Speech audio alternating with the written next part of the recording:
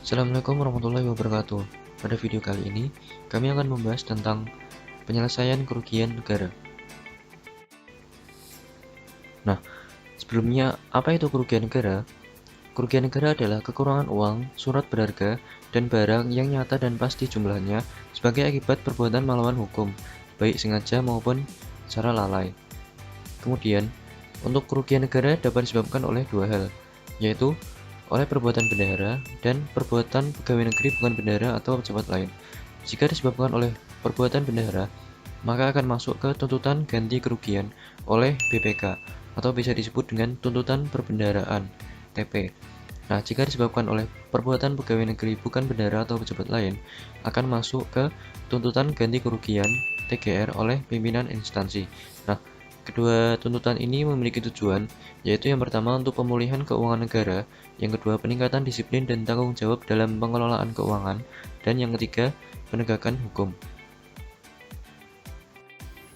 Tuntutan ganti rugi atau TGR. TGR adalah suatu proses tuntutan yang dilakukan terhadap pegawai negeri, bukan bendahara atau pejabat lain dengan tujuan untuk memulihkan kerugian negara atau daerah. Subjek dari TGR yaitu pejabat dan pegawai negeri bukan bendahara, termasuk CPNS. Objek dari TGR yaitu uang, surat berharga, dan barang. Proses dari TGR yaitu yang pertama, Kepala Satker membuat BAP apabila terbukti melawan hukum secara sengaja maupun lalai.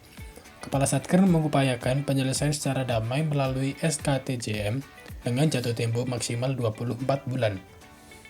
Yang kedua yaitu membuat laporan ke Kepala Kementerian Lembaga disertai dokumen pendukungnya tembusan kepada BPK.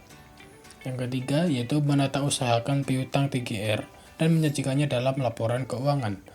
Yang keempat yaitu BPK akan mengawasi penyelesaian TGR.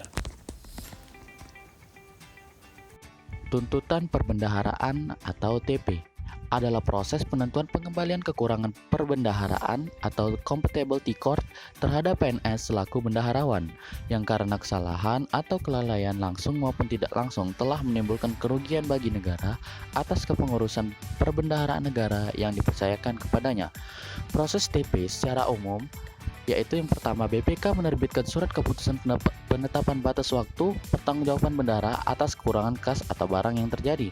Kemudian, bendahara dapat mengajukan keberatan atau pembelaan diri kepada BPK dalam waktu 14 hari kerja. Kemudian, apabila bendahara tidak mengajukan keberatan atau pembelaan dirinya ditolak, BPK menetapkan surat keputusan pembebanan penggantian kerugian negara. Adapun mekanisme penyelesaian tuntutan perbendaharaan atau TP, yang pertama laporan kerugian negara, kemudian verifikasi oleh TPPKN, kemudian SKTJM, kemudian proses tuntutan perbendaharaan, kemudian proses penagihan paksa. Oke, sekarang mulai masuk mengenai sumber informasi mengenai kerugian negara bukan bendahara atau TGR. Jadi menurut PP 38 tahun 2016 ada beberapa sumber informasi kerugian negara bukan bendahara, yaitu yang pertama adalah hasil pengawasan dilaksanakan oleh atasan langsung.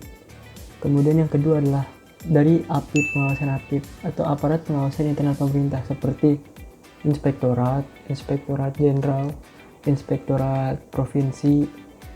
Nah, terus selanjutnya yang ketiga adalah pemeriksa eksternal, yaitu badan pemeriksa keuangan. Yang keempat adalah laporan tertulis yang bersangkutan. Terus kemudian selanjutnya ada informasi tertulis dari masyarakat secara bertanggung jawab. Yang keenam adalah perhitungan ex officio.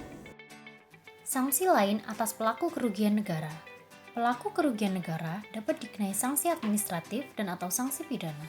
Putusan pidana tidak membebaskan dari ganti kerugian. Sanksi administrasi diatur dalam Undang-Undang Nomor 17 Tahun 2003. Sedangkan sanksi administratif dan pidana diatur dalam Undang-Undang Nomor 1 Tahun 2004, Peraturan Pemerintah Nomor 38 Tahun 2016, dan Peraturan BPK Nomor 3 Tahun 2007. Ketentuan dan bentuk sanksi administratif. Berdasarkan Peraturan Pemerintah Nomor 53 Tahun 2010, PNS yang melanggar peraturan perundang-undangan dapat dijatuhi hukuman disiplin. Tingkat hukuman disiplin terdiri dari hukuman disiplin ringan, sedang, dan berat.